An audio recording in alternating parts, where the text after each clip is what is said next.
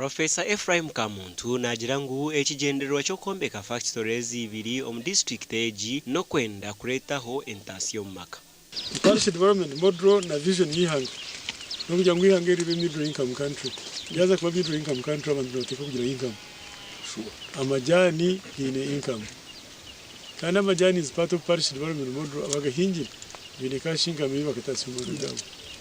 So it is both national strategic crop.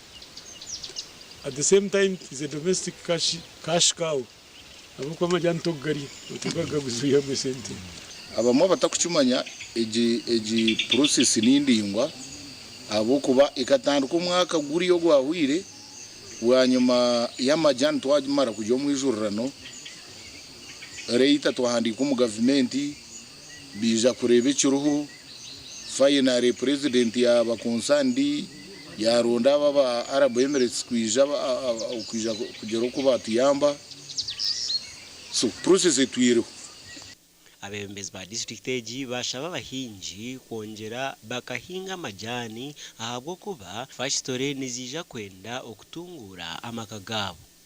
Nahabwo echo kutwaza kutunga factory hati zikakanya nishaba abahingi bona babire batari mu majani bahinga amajani ababire bina imiserimice babase kwongeraho ahabwo kuba hati tubenturwana ngo twenda za factory nturanga factory ninche kandi hati factories tija kandi amajani nago gaba make. Ari kurebe ubuhingi mu district egi nagira ngo factory kuzirukanya nebe y'amajani yongera ahabwo kuhayahayana kwazo.